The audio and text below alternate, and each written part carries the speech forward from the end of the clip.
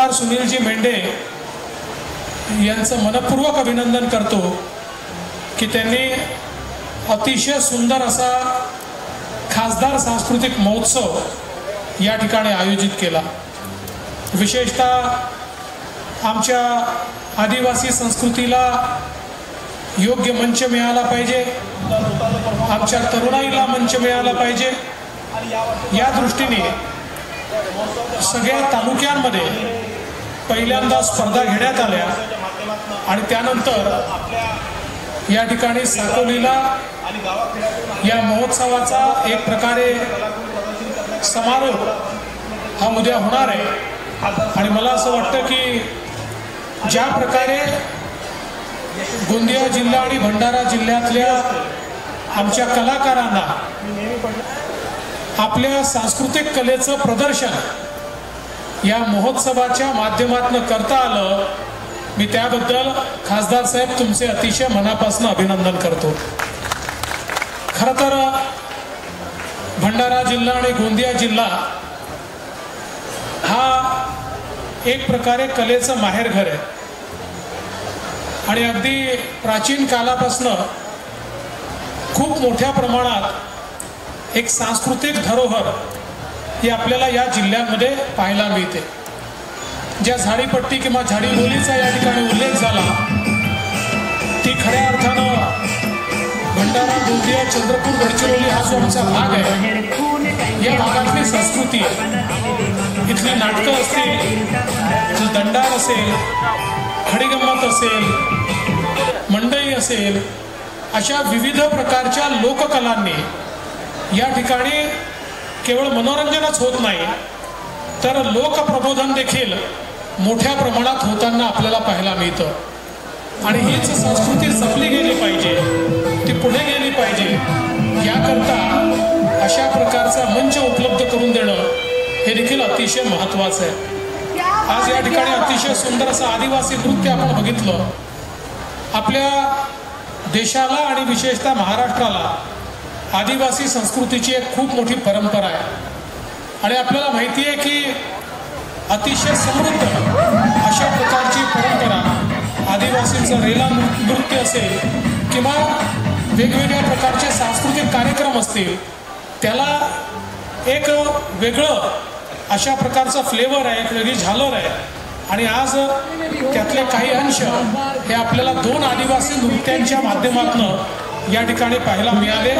आणि मला असं वाटतं की खरोखर परिणिजी तुम्ही जे सांगितलं की आमच्या या आदिवासी मुला मुलींना देखील जर योग्य मंच मिळत राहिला तर निश्चितपणे जसं मुंबईहून आलेली ब्रिटन गॉट टॅलेंट या टीमने अतिशय सुंदर परफॉर्मन्स या ठिकाणी दिला, त्यांचं तर अभिनंदन आहेच, पण आमच्या आदिवासी मुलांचं विशेष अभिनंदन मी या ठिकाणी करू इच्छितो की त्यांचाही परफॉर्मन्स हा तसाच अतिशय जोरदार आणि तोलामोलाचा होता आणि निश्चित त्यांना जर योग्य ट्रेनिंग दिलं तर ते देखील अशा मोठ्या मंचांवर आपलं नाव हे निश्चितपणे ठेवू शकतात। आज आपण पाहतोय आपल्या देशामध्ये सातत्याने कला असो, क्रीडा असो, प्रत्येक गोष्टीमध्ये आपण पुढे चाललो। आता एशियन चाललेलं आहे आणि एशियन गेम्समध्ये आजच आपण 100 पदकं पार केली। आपण जी घोषणा केली होती की अबके बार 100 पार, तशा प्रकारे 100 पदकं पार आज आपल्या भारताने केली आहे। 25च्या वर सुवर्ण पदक आपण मिळवले आहेत आणि मला तर आनंद वाटतो की आपल्या नागपूरचा मुलगा ओजस देवतळे याने 3 सुवर्ण पदकं ही आता एशियन गेम्समध्ये मिळवलेली आहेत। त्यामुळे आपली मुलं आज कला असो, संस्कृती असो किंवा क्रीडा असो, प्रत्येक ठिकाणी मोठ्या प्रमाणात काम करतायत, पुढे येत आहेत, पुरस्कार मिळवत आहेत। ज्या प्रकारे आमची युवा शक्ती या देशामध्ये एक प्रकारे विविध क्षेत्रामध्ये देशाला आपण पुढे नेतोय, माननीय मोदीजींच्या नेतृत्वात आपण सगळ्यांनी बघितलं की चंद्राच्या दक्षिण ध्रुवावर चंद्रयान उतरवणारा पहिला देश हा भारत झाला। हा मान जगातल्या कुठल्याही देशाला नव्हता। जगातल्या अनेक देशांनी प्रयत्न केले, त्यांना जमलं नाही। ज्या दिवशी चंद्रयान त्या ठिकाणी चंद्रावर उतरलं। मी जपानमध्ये होतो। दुसऱ्या दिवशी जपानचे 2 नंबरचे सगळ्यात मोठे मंत्री यांच्याशी माझी बैठक झाली। त्यास ते म्हणाले, पहिल्यांदा तर मी तुमचं अभिनंदन करतो की तुमच्या भारताचं चंद्रयान हे चंद्रावर उतरलं। मोदीजींचं अभिनंदन करतो की ते साऊथ पोलवर उतरलं। आणि म्हणाले, विशेष अभिनंदन याकरता करतो की 4 वर्षापूर्वी जपाननेही प्रयत्न करून पाहिला होता, पण आम्ही उतरवू शकलो नव्हतो, पण तुमच्या भारताने ते उतरवून दाखवलं, म्हणून तुमचं मी विशेष अभिनंदन करतो। मला असं वाटतं की अशा या परिस्थितीमध्ये निश्चितपणे आपलं ऊर अभिमानानं त्या ठिकाणी भरतं।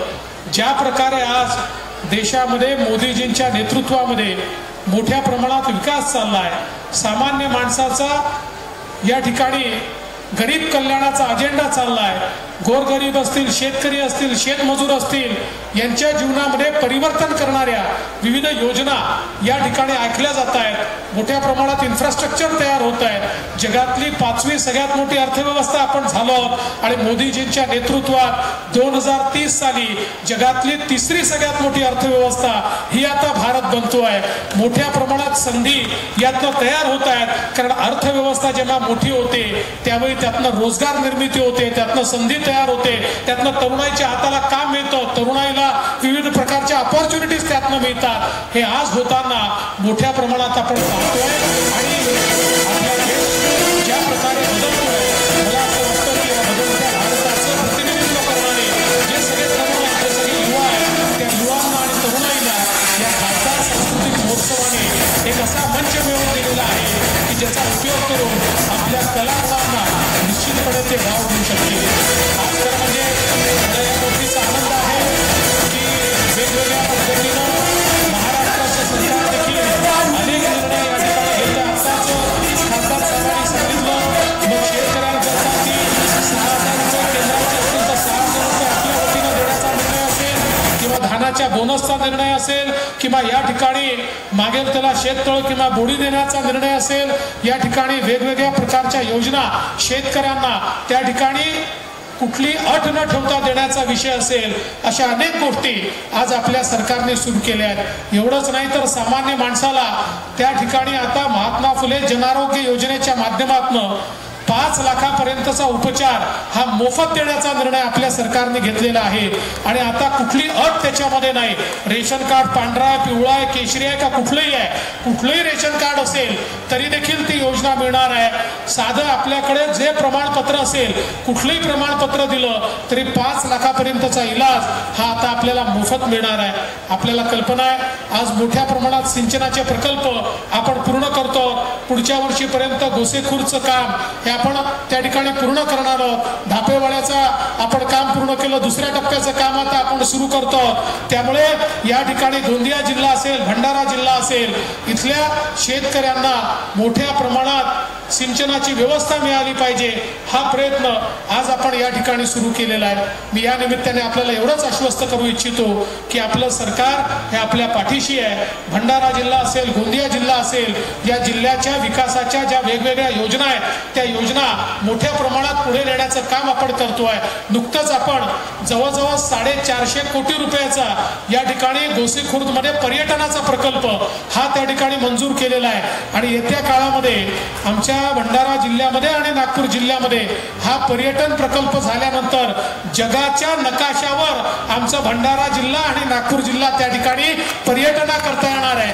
आतापर्यंत वन पर्यटन होतं, पण आता जल पर्यटन देखील आपल्याकडे होणार आहे आणि त्यातनं मोठ्या प्रमाणात रोजगार हे आपल्या तरुणाईला या ठिकाणी उपलब्ध होणार आहे। आणि म्हणून मी पुन्हा एकदा आपल्या खासदारांचं मनापासून अभिनंदन करतो।